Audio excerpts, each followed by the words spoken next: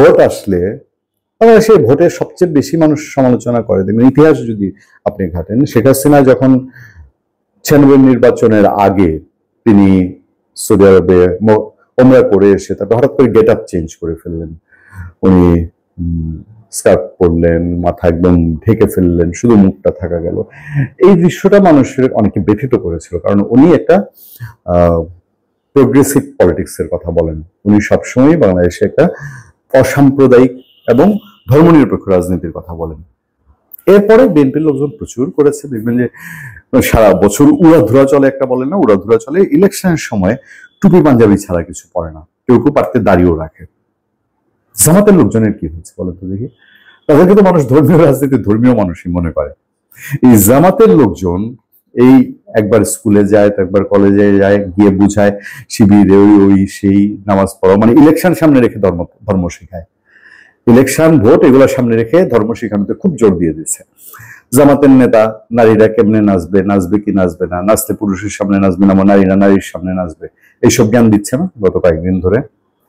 জামাতের নেতা একের পর এক আলোচিত হচ্ছে, বলছে যে পায়ে ধরবা, বিএনপির নেতা পায়ে ধরবা একবার ইলেকশনের সময়, আর সারা বছর জনগণ তোমার পায়ে ধরবে।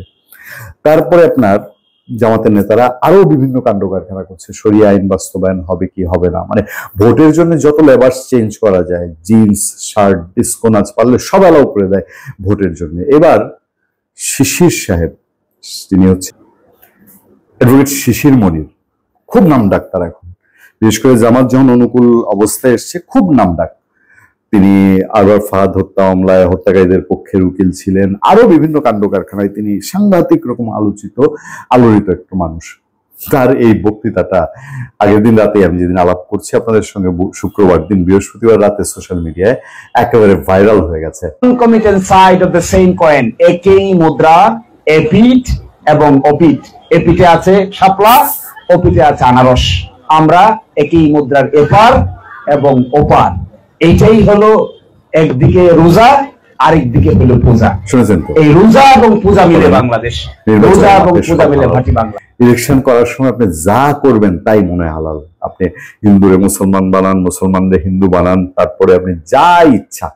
ইলেকশনের সময় মন্দিরে গিয়ে দেখবেন জামাতের লোকজন ওনারা গীতা পড়ছে, শ্লোক পড়ছে, মানে পুরোই আজগবি কাণ্ড। আমি জানি না সনাতন ধর্মাবলম্বীরা তারা আগামী নির্বাচনে কি অবস্থান নিবে, তাদের ভোট কারার জন্য।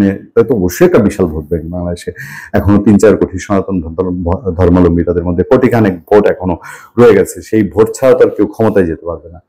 এখন জামাতের ক্ষমতায় যাওয়ার জন্য এত অ্যাগ্রেসিভনেস, এর আগেও একদিন আলোচনায় বলেছেন, জামাত ক্রেজি এবং অ্যাগ্রেসিভ হয়ে গেছে।